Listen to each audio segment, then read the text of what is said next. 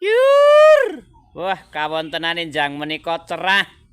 Monggo Mbah Temo, mbok bilih badhe ngersakaken mundhut kula aturi enggal-enggal nyaket. Milih-milih piyambak menika sesarengan kalian Mbah Cipung. Lah menika Mbah Cipung menika pelanggan kula ingkang setia. Tegese setia menika samben dinten blonjo. Ngersake mundhut napa Mbah Cipung? Napa niku? Weh, lah iki Mbah Cipung ki tuku moto. Nek cara mriki le ngarani moto, enek sing ngarani mecin. Iya. Nek Mbah Temo mundhut napa, Mbah? Biasane nek Mbah Temo ki tempe. Tempe.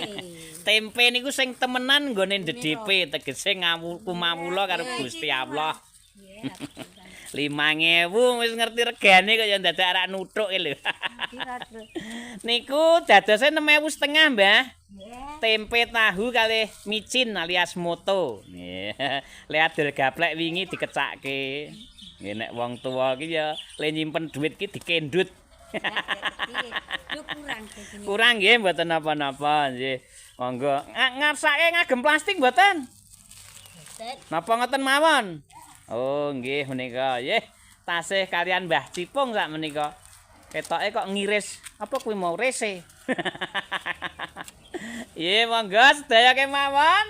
Monggo Ibu lah menika kok malah istirahat di tempat. Monggo. Tindak mriki. Wah, jan lelajengan kemawon monggo. Yur.